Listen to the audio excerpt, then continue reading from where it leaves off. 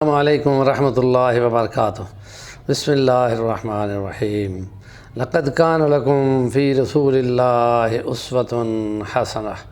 وقال اللہ تعالی ان اول بیت وضع للناس للذی ببکۃ مبارکا وہدی للعالمین۔ نبی صلی اللہ علیہ وسلم ہمارے لیے معیار ہے، اور اس سیرت میں عبادات ہیں، عقائد ہیں، زندگی کا ہر پہلو ہے، اور عبادات میں چلتے ہوئے ہم اور حج کی باتیں کر رہے ہیں، کیونکہ یہ مہینہ حج کا جا رہا ہے، اور حج مخصوص دنوں میں ادا کیا جاتا ہے، اور عمرہ کے لیے کوئی خاص قید نہیں ہے۔ کا مرکز مکہ شریف ہے، جس کو بکہ بھی کہا گیا ہے۔ بکہ یعنی ایسا مرکز جو بندے کی نیتوں، اس کے ارادوں کو توڑ کر ملیہ میٹ کر دے، اور اس کو ایک خدا کا بندہ بنا دے، اور اس لیے اس کو بکہ بھی کہا گیا ہے۔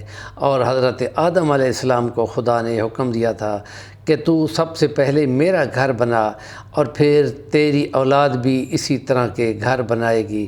اس لیے فرمایا ان اول بیت وضع للناس للذی ببکۃ مبارکا، یہ برکت والا ہے، وہ ہدن اور ہدایت کا باعث ہے تمام جہانوں کے لیے۔ اور پھر حضرت نوح علیہ السلام کے سیلاب نے اس کے نام و نشان مٹا دیے تھے، اور پھر حضرت ابراہیم علیہ السلام کو اللہ نے حکم دیا کہ اسی جگہ پہ جہاں خدا نے اپنا حساب لگا کر اپنے آدم کو کہا تھا کہ خط استوا اور خط عرض کے درمیان کے جہاں کراس لگتی ہے زمین کی نپائی کی، تو وہ خاص سنٹر بنتا ہے تمہیں زمین کا، تو اس پہ اوپر اللہ نے اپنا گھر کعبہ بنوایا۔ تو اس لیے حضرت ابراہیم کو حکم ہوا کہ تم وہاں پہنچو، اور پھر انہوں نے اپنی زوجہ حضرت حاجرہ کو اس بے آب و گیاہ علاقے میں چھوڑا، اور چھوٹی سی جھونپڑی بنائی، اور پھر واپس چلے گئے۔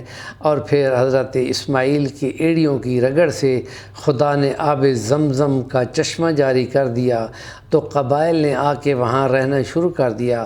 حضرت اسماعیل وہیں پہ اسی خاندان میں آباد ہوئے، اور ان سے ان کی نسل بنی، اور انہی میں سے ان کے آباء و اجداد کا بڑا نام عدنان ہے، جو عربوں کا بابا ہے، وہ حضرت اسماعیل کی اولاد ہی میں سے ہے۔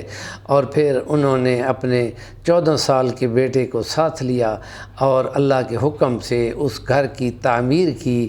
تو اس لیے وہاں حضرت ابراہیم علیہ السلام کے کعبہ کے دروازے کے تھوڑے سے فاصلے پہ ساتھ ہی مقام ابراہیم ہے، جہاں ان کے قدموں کے نشان چھپے ہوئے وہاں پر موجود ہیں۔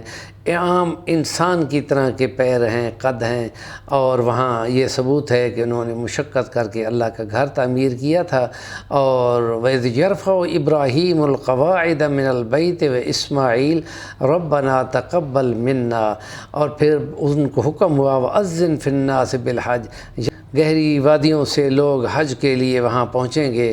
اور پھر ان کو یہ حکم دیا، اور پھر انہوں نے دعا کی، اے خدا، یہاں جو بستی بنے اس میں تو اپنا ایک نبی مبعوث کرنا، جو ان کو تیرا کلام سنائے، اور تیرے کلام کی تعلیم دے، اور ان کے نفوس کا تزکیہ کرے، اور ان کو حکمت و دانائی کی باتیں بتائے۔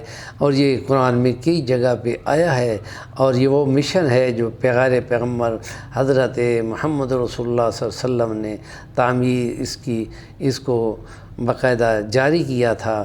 اور کعبہ، وہ غیر مسلموں کے نزدیک کعبہ یہ نہیں ہے کہ مسلمانوں کی بت کی طرح کے پوجنے کے لیے ہے، وہ صرف ایک نشان ہے کہ جس کی سمت میں عبادت کا مرکز ہے، اور پوری دنیا میں انسان اس مرکز کی طرف منہ کر کے اپنی عبادات، نماز جو ہے، اور اس کو قائم کرتے ہیں۔ اور یہ تمام مذاہب میں اسی طرح کا کوئی نہ کوئی سمت ہوتی ہے اور رخ ہوتا ہے، تو یہ بھی رخ اسی طرح ہے۔ لیکن اگر جنگ لگ جاتی ہے تو اس رخ کے لیے اور احکام ہیں۔ ہمارے چینل کا نام ہے صفی الوانی، ضرور سبسکرائب کریں، کام کی بات کا کمنٹ دیا کریں۔